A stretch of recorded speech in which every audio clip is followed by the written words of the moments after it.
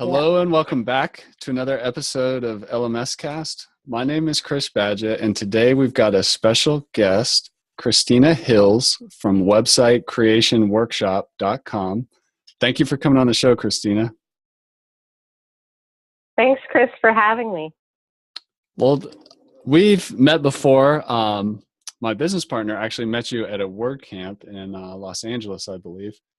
But you help other people come online, and you've had quite the online journey yourself. Can you tell us just a little bit about who you are and what you do? Okay, well, again, my name is Christina Hills, and I've been teaching online for 10 years. And the way I got started, let me just tell a little bit about my story. The way I got started, before I was teaching WordPress, I was actually teaching shopping cart setup. So my first business, I was the shopping cart queen, and I helped people set up their online shopping carts. And this was before Stripe and all those other easy shopping carts. And this is back when you had to hire a coder to build you a shopping cart secure server. So there was a system called One Shopping Cart, and I became an expert in that. So I decided to niche as the shopping cart expert. And one of the problems that people had was they wanted to sell online and they needed a shopping cart, but also they had a problem with the website integration. So I'd say, okay, your shopping cart is set up. You know, here's the codes, just copy and paste this HTML to your website. And they would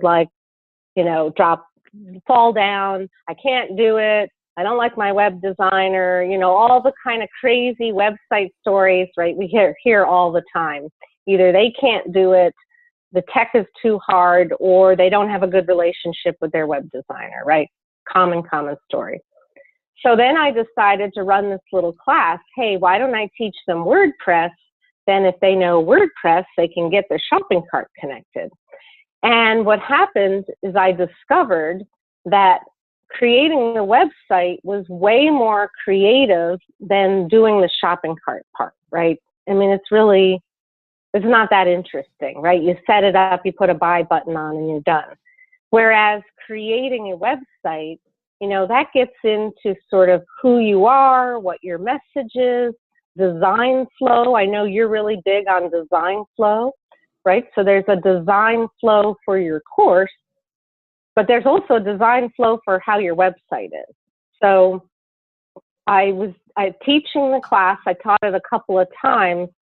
My WordPress training got bigger and bigger, and I eventually dropped my whole shopping cart queen website and persona. I mean, I think it's still out there, but I don't do that anymore. I just focus on helping people build their websites with WordPress, because WordPress is easy. Not only is it easy to use, but it's so deep. WordPress is this deep ocean that you never hit the bottom of it. There's always more you can do. So that's how I started teaching WordPress, and I've been doing that for 10 years, mainly to newbies who are afraid of technology, mainly to those folks. That's awesome. Well, I really want to get into your story and your journey, and the people listening, you guys can learn something along the way as we kind of unpack certain experiences you had, lessons learned, doing things the hard way, where you found success with your students. But one of the things we talk about frequently on this podcast are the 4 building blocks for a successful online course project or learning platform or online school. And it's very rare that all of these qualities are in one person, which means in my experience, from what I've seen, a lot of times people end up partnering on project or hiring freelancers or other businesses to help out with the various pieces. But from my perspective, these 4 pieces are community building, having an expertise, or being your whatever it is that you're so great at that you're going to teach, the instructional design piece, the packaging of the course, creating the course content, the strategy around the curriculum and engagement, And then the fourth and final piece is the online course delivery system, the membership site, the learning management system, the technology stuff to actually launch it, sell it, and actually deliver the training. So let's go back to that first one. What has been one of your what have you learned about community building? How do you build community? How did you build your email list? How do you get people to resonate with you or just naturally attract them? What's your experience with community? So community building, you've got to sort of, and are you talking about community building for people in the course or community building for people before they're in your course? Because there's a people sort of outside your world that are on the peripheral, and then they come into your world. So I see them kind of as two different things. I'm talking about more people who aren't necessarily in your course yet, and how you position yourself also in your general industry. And I do think in some ways the people who are in your course, you know, they become a more inner circle part of your community. But like, how did you get going? Like, how did it all start? How did the shopping cart queen, like, you were probably doing it for yourself first, and then somebody asked you, hey, can you help me? And that's one person. Now you have this big audience. Tell us about it. So before I was a shopping cart queen, I was a web designer.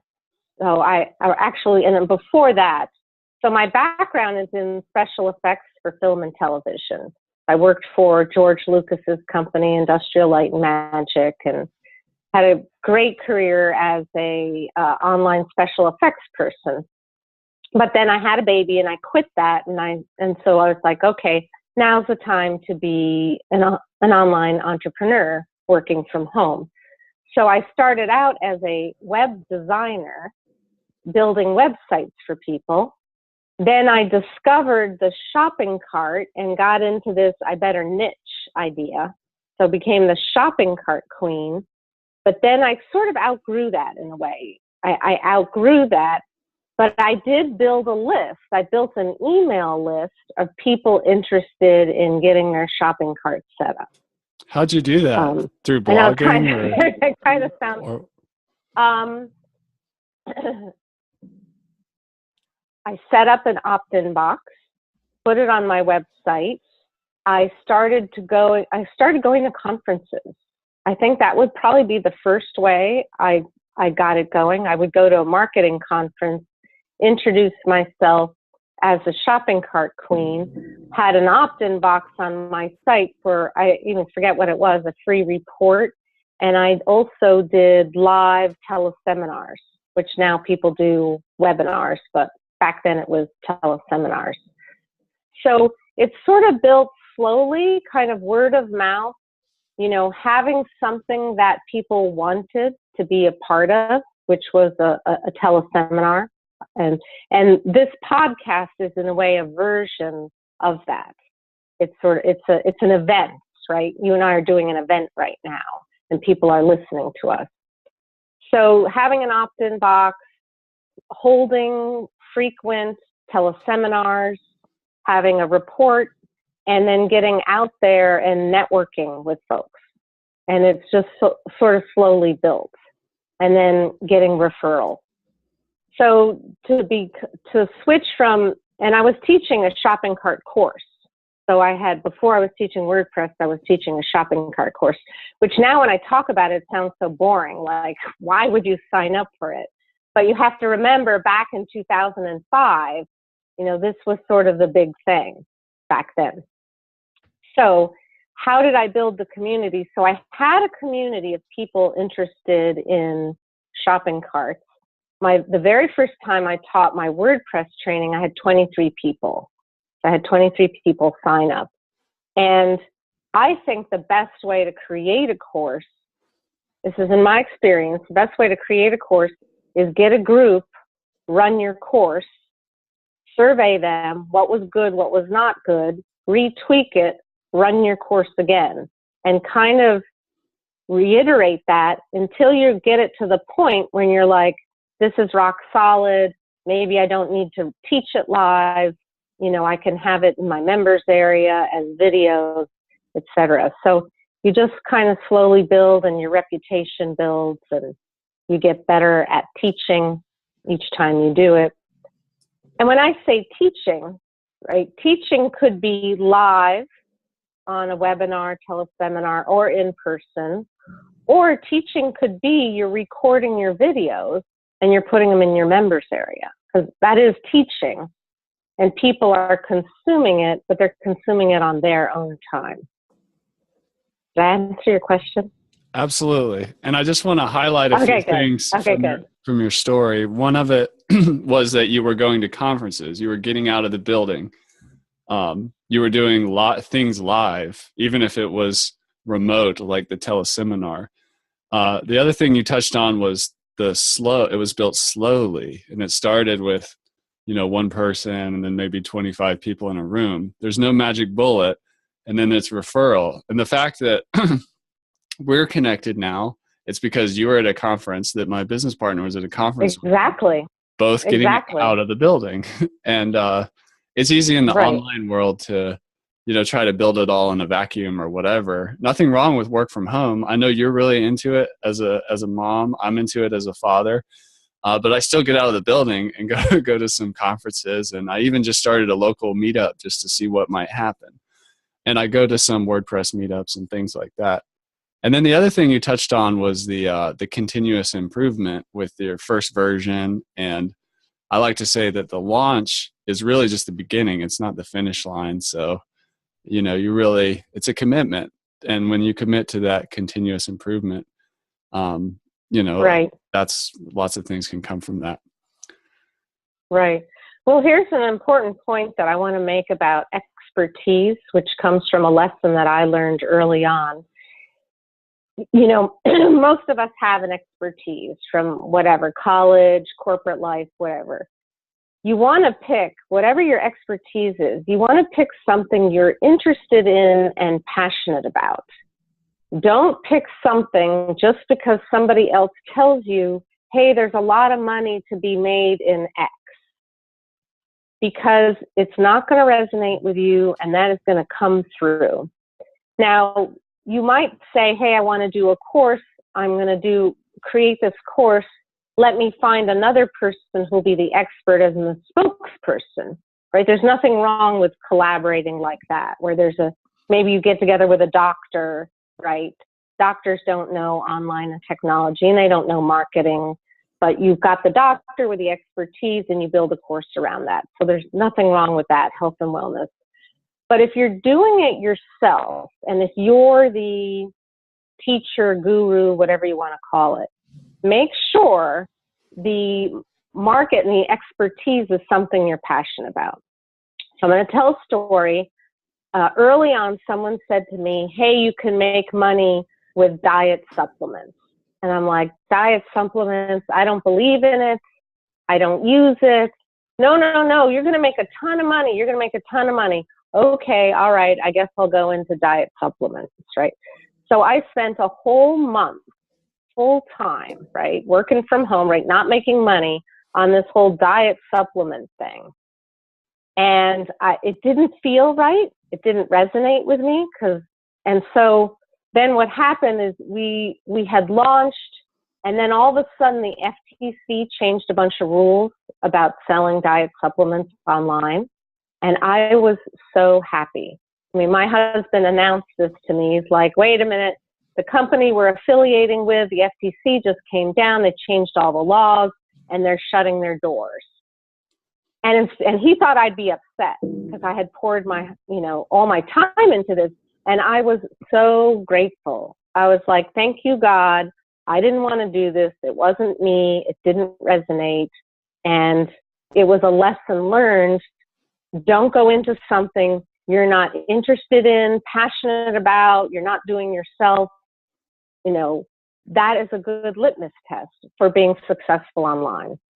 And I don't often share that story because I'm kind of embarrassed, but it was an important learning lesson that, just because somebody else says you're going to make a lot of money doing X, if it's not you, it won't work. That's been my experience. I love that. And thank you for sharing that. Yeah, I think it was in Jim Collins' book, Good to Great. He wrote about the hedgehog concept where uh, there has to be passion overlapping with market demand, like the opportunity you described. Right, And then you have to be right, able to serve that market. So if there's you could probably serve the market. You had the skills. It was a hot market, but there was no passion. It's a good litmus test, like you're right, saying, to uh, right, to be right. careful. Another thing along these lines to ask yourself, would you read a magazine about the topic and would you go to a conference about the topic? Right? If you wouldn't read the magazine, you wouldn't go to the conference, it's not your market. Do you like those people in that market? Right? So let's just take two different markets, like CPAs, right? CPAs is one, there's one type of person, and health and wellness people is another sort of type of person. So think to yourself, are those people you want to be around? If you're passionate about health and wellness, awesome. You'd love to go to conferences. You'd love to read the books. You'd love to read the magazines. If you're passionate about, taxes and tax laws and having numbers all line up and things that CPAs like, you're going to be good at that. So that's my point. Yeah. That's your litmus test. Would you go to a conference? Would you read a book? Would you read a magazine on the topic? And saying to myself, no, I don't want to be around diet supplement people, helped me get the clarity now that I bring into what I do now, which is the creative endeavor of building a website. Because building a website is not just about the website. A lot of it is there's a lot of self-discovery that people go through when they create their own website. They have to get clearer on, because I teach mostly to solo entrepreneurs, not agencies. The solo entrepreneur who's quitting their corporate job and deciding to go online to start their consulting or coaching or, their health and wellness or whatever. There's all kinds of people. They get clearer on who they are, what their message is, what visuals they want to put forward. So I like it. That's why I've been doing it for 10 years. Me too. When I got into the web design and WordPress and all that, I was actually living in Alaska. I was running sled dogs. I was managing a tour business. I've always been one of those guys who follows their passion. And I couldn't describe it, but when I started getting into WordPress, I first just had to build a site for a piece of property that I was trying to sell. Actually, that's how I first discovered WordPress. And I just got really interested in it. And I discovered the same thing I think you did, where, wow, this whole web thing is pretty powerful, really interesting. There's a lot of self-discovery.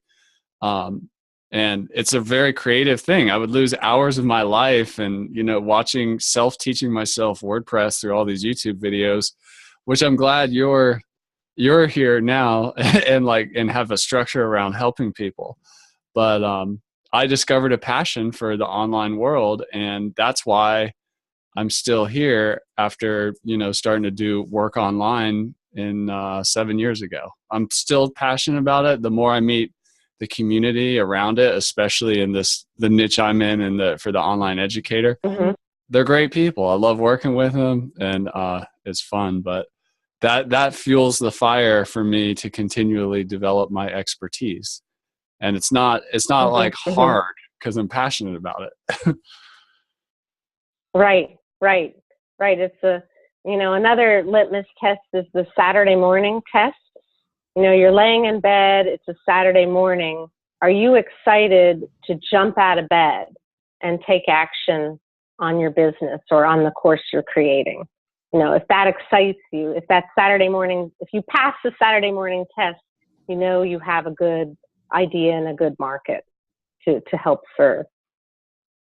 That's awesome. Well, let me ask you some lessons learned becoming an expert. As you tried out different things, you figured out that you needed to have passion. That was really important if you were going to pursue excellence in an expertise or a given field. What have you learned along the way in terms of becoming an expert as somebody who can help, especially the solo operator, new person, just developing your own expertise? What would you advise the people out there? Most people are sitting on lots of wisdom, but what have you learned about working with your expertise?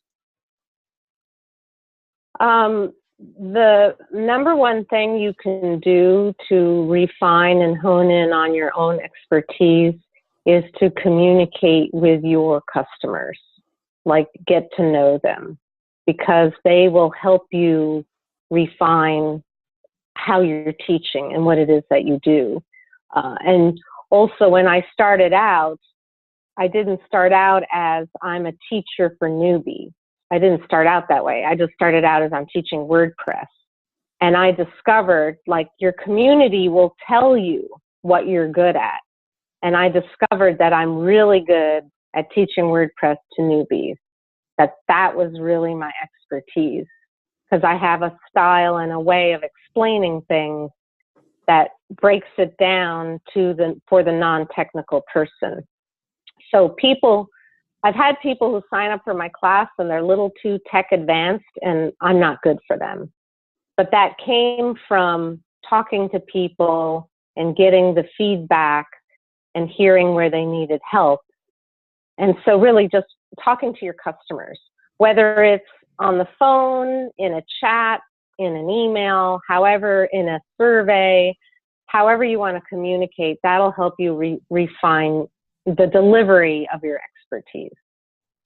That's awesome. And, let's transition over to that third pillar, which is the instructional design. And one thing that people struggle with is, the curse of knowledge and talking with or teaching to beginners. That's a strength for you. Why do you think that is, or how did you develop that ability to work with beginners? I think what I do, and I do this all the time, is put myself in the mindset of my customers. I'm always trying to look at things from how are my customers seeing it.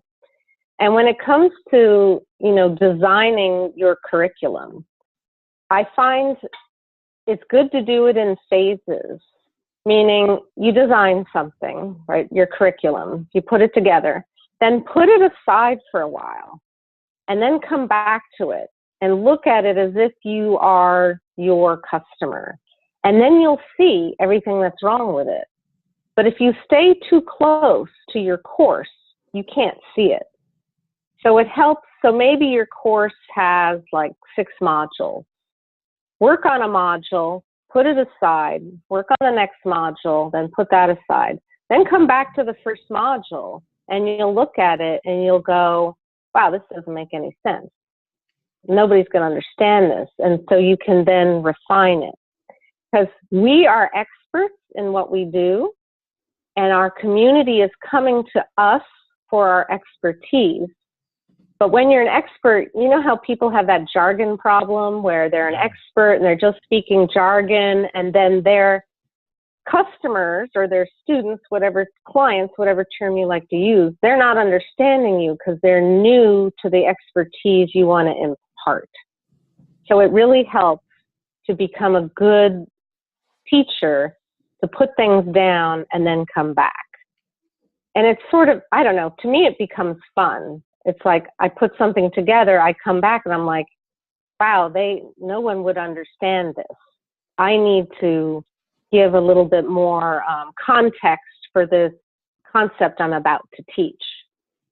So that's how I've found what's made me a really good teacher, is putting things aside and then coming back.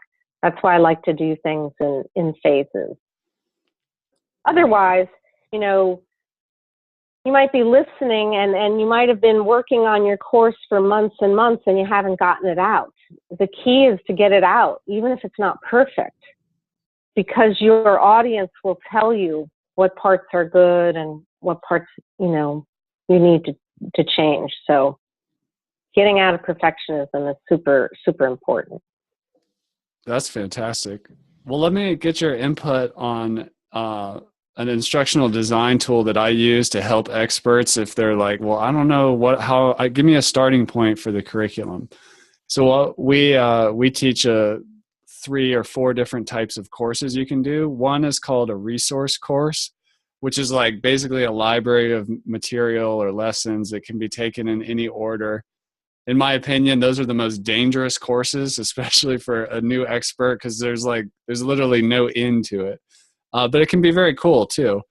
Then there's the process course. Like, this is very step-by-step. If you're going to build a website in a week, here's step 1, step 2, step 3. So it's a very step-by-step process, and it really should be taken in order, whether or not you have drip content or not. There's a process here. And the third kind is called a behavior change course. So if you're trying to help somebody, become a morning person or in some kind of bad habit, there's a way to teach that may not necessarily be step by step, but it just has a certain way about changing a behavior. And then the fourth kind is just a hybrid. It's like a combination of some or all of those, resources, process, and behavior change. How do you teach? What's your style? And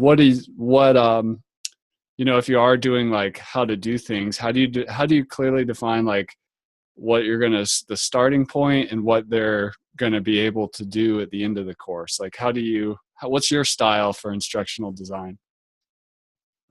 Okay, great question. So I have 2 courses. I have my beginner course, website creation workshop, and then I have an intermediate course. My beginner course is step by step. Do this, then do this, then do this, then do this, and go in order. My intermediate course is a little bit more, I like to compare it to Netflix, right? You join Netflix, there's a library of stuff, and you just pick what you're interested in, and there's no order to go in with Netflix. What I find is people prefer the step-by-step, especially beginners. They prefer the step-by-step. When folks get more advanced, intermediate advanced, then they like the don't tell me what to do, let me go in my own order. I want to go in my own order. So I think, if everybody listening to us needs to think about, for what they're teaching, what would work better. But I find lazy is not the right word. People like their hands held, and they like to know, I do this, then I do this, then I do this, then I do this. And they love if they get kind of a prize, or they see the status bar that they've finished a module and now they can go on to another module. That sense of completion through the phases, if you can work that in, they will be more successful. They just if they can check a box or see a status bar that says complete, now you're ready to move on, or take a quiz. There's lots of different ways to do it, but I find the step-by-step works for them, because for some things you're teaching, people just need to do it, even if they don't fully understand it. They just need to do it. And, like getting on a bicycle, you just have to do it until it becomes part of you.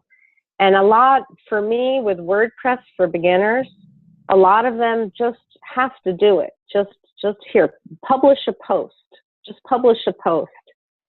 You'll see the results after you click, publish. So I find step-by-step works the best with those little triggers of satisfaction as you go along. So for beginners, I think that's better.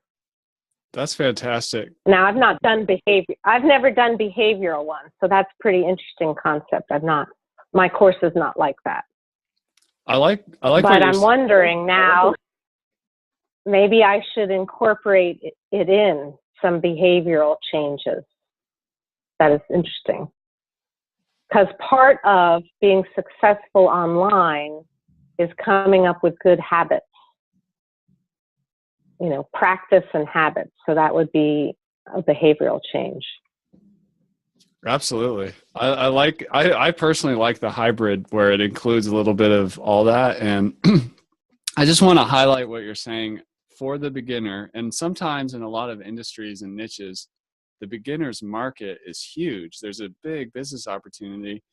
And if you're kind of new to teaching, it's easy to start with a step-by-step course. Okay, you're going to start here, you're going to end here. Trust me, and just follow the process. And if you do the work and go through the steps, you're going to be able to do what I promise you're going to be able to do in the marketing. And just from having been around a lot of online courses myself, here's a little professional tip in describing your course that beginners really like, which is just the phrase step by step with no step skipped. Because nothing frustrates a beginner more than going through a process course where you make the promise, I'm going to give you a step-by-step system. I'm going to hold your hand through whatever the process is. And then if you don't 100% deliver on that, or you make an assumption or squeeze in some jargon without explaining what it is, you're skipping, and people don't like that. And that's one of those things. I think if you have a feedback loop where people are giving you feedback about what they like, what they don't like, people don't like skip steps in a process course. Right. Right. And also in a process course, the more you can keep them focused on their end goal, right? So you have to keep reminding them, what is the end goal of this? What are you going to get at the end? Are you going to be a better bowler because you've learned these bowling techniques? Are you going to get a website at as people are going through what they're learning, what is the outcome you're promising that they'll get if they do the work, right? So they have to do the work. If they do the work, they'll get this at the end. And what will their life look like when they accomplish this thing that they want, that they bought your course for? So the more you can remind them on their end goal, that will help them through the struggles they may have, or the learning the jargon that they need to learn to get to the end goal. So that really helps, which is sort of different than like a Netflix, right? A Netflix, there's not one end goal in a Netflix type of course. I guess the end goal for Netflix is you're relaxing because you're enjoying a movie. So different courses, are going to be different. The step-by-step, I think I would say that is my favorite. That's awesome. And I like how you as a course creator, you did the step-by-step, and then you're like, all right, but I'm also going to do the intermediate level resource course, Netflix style. And that allows you to really relax. As when you're building the step-by-step course and you're like, oh, I'm kind of getting a little advanced here, you can just move it over to your resource course that you'll create later. And that helps the first-time course creator really stay focused. And this brings up an awesome point, which I want to tell everybody. Don't put too much into your course. That's what I did. I put way too much into my beginner's course, and that's why I pulled it out into my intermediate. Because if you put too much into the course, well, they won't buy a second course from you, but also they'll get too overwhelmed and they won't complete the course. Because you want people to be able to complete your course. So my beginner's course is all about getting your first website up. Right? Once your first website is up, now you've got a whole bunch of other things you need to do to market your website. But by having it all together, for some people, they couldn't get through it. It was too overwhelming. People will be happy with you as a course creator if they feel satisfied, like they were able to get it done and accomplish it. I like to compare it to People magazine. Right? So People magazine, not very highbrow, but you buy it, you can read it, and then you can be like, I read a magazine, right? So it's a silly comparison, but there's this like little satisfaction of, I actually read this magazine. versus some other magazines which are too dense, and then you're feeling guilty. I never finished the magazine. It's a simple comparison, but don't put too much into your courses. Make them where they can make them attainable. People will be happier. And as experts, we're like, oh, but there's so much more they need to know. You have to balance that with what's going to accomplish the goal of the promise. Can they get through it? Will they feel happy? And then they're happy. They tell their friends. They give you testimonials. You get to make them case studies for your course. So don't make your courses too complicated. Well, that's a gold mine of tips and tricks and lessons learned. If you're listening, I'd encourage you to rewind and listen to this section again about instructional design.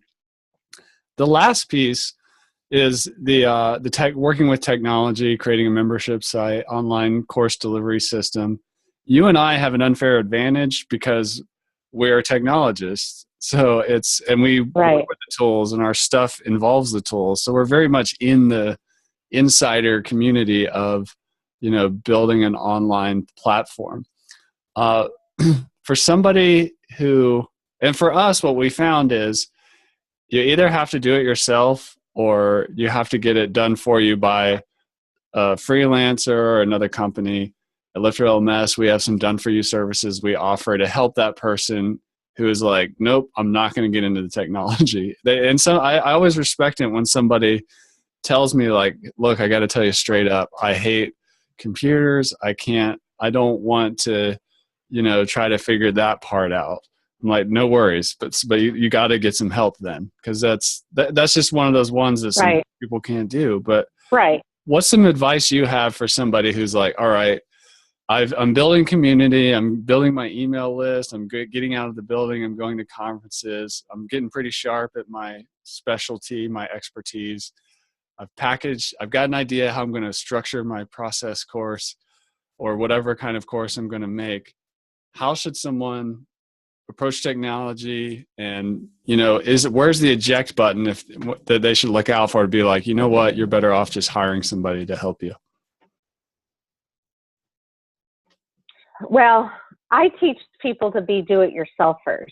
So I'm a little biased. And let me tell you why I think it's important to do it yourself.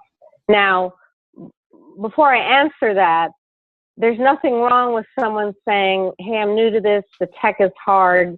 Let me hire someone to get it set up. But I think the goal should be that you're updating it and managing it yourself. And the reason is, unless you have a huge budget, right? If you got a huge budget, you got tons of money, then that's another thing. You can just throw money at stuff. But what I find is you have an idea for your course, you put it together, but until you see it online in your members area, you can't fully judge it. So that's why if you can do it yourself, it's better, because you'll put it together and then you'll see, wow, wait a minute, I have to move this around. Because things need to go from your head, right, to paper, and then paper online on the computer on your website. And once it gets up there, you'll see it with new eyes. So I'm a big advocate of doing it yourself, because as a course creator, you're going to need to make adjustments. And if you have to outsource that, you give it to them, they turn it around in a few days or a week, and then you look at it again and you make adjustments. Oh, wait, no, this needs to change. Then you tell your outsourcer, please make these changes, and you have to give them a reasonable amount of time. If somebody can turn something around in 24 hours, that is fast. You've got an awesome person. But, it takes time for people to turn it around. If you have a big budget and a lot of time, that's okay. But I'd rather be like, hey, wait, wow, I put these modules together, but now that I'm seeing it, I think I really should swap these two modules. It makes more sense. So I'm an advocate of doing it yourself, or hiring someone, let them set it up, and then learn how to move things around. But I think your courses will be better if you can do some of the tech. Unless you've got a full-time person sitting right next to you and they're your tech. So I know you've got an audience of different types of folks listening, but for me, creating a course, like I consider that my art form, is creating a course. And if I couldn't do some of the tech, then my hands would be tied behind my back. You know, I have people working for me, but how the course is coming together, it's all me. That's awesome. I really agree with what you're saying there. It's really good to do it yourself if you can, even if you think you're not a technologist, because the very act of like being inside the course building and seeing what tools you have might trigger ideas like, oh, I can actually make the lesson more engaging because I can do this achievement thing here, or, you know. Right. The same way, like just think offline. If you're in a classroom, like imagine designing a course and you've never been in the classroom, and you get to the classroom and you see like, oh, I have like these laboratory instruments over here. I have this whiteboard. I have this screen that I could project things on. You might actually design something completely different than if you were just sitting at home with pad and paper. Right. And I want to make, because I don't want to lose this thought about creating online courses. This is a hot market right now, you know, with the way the world is changing. You know, a lot of people are doing college online, which I could never imagine before. So, you know, Chris, you teaching people about creating online courses is very topical in the world we live in now, because more and more people are doing it. So what's going to separate, you know, not you, Chris, what's going to separate people listening to us? What's going to separate you from somebody else creating an online course? Make yours better. Make yours more engaging. Make yours more successful. That will make you be the cream rising to the top. Well said, Christina. So this is Christina Hill's website, creationworkshop.com. Where else can people go to find out more about you, and what do you have going on online that people could check out? Okay, well, you can go to website creationworkshop.com and see I'm always teaching new classes. So just go to the website and just look on the sidebar and see what's coming up. You can find me, you know, I'm on Twitter at Christina Hills. I'm on Facebook. Just look me up on Facebook, and I'm sort of all over the place, reaching out for folks. But my main website is websitecreationworkshop.com. Awesome. And I've got beginner classes, intermediate classes. I've got a class on creating graphics too. So I love course creation. I think it's fun. And it's fun to see the results of when people are successful. And my other tip is, when you've got successful students, capture their successes. You know, take a screenshot or a photo of them, or get a testimonial from them right when they've just completed your class, because you'll get the best testimonials. And the great thing about testimonials and case studies is they kind of market for you, if that makes sense. And people want to know, if I take this course, will I be successful? So often people forget to collect those testimonials, and so you want to get them while they just had their awesome success. Awesome. Well, Christina, thanks so much for coming on the show, and thank you for sharing your you're journey welcome. with us. Well, you're welcome. Thank you, Chris, for having me.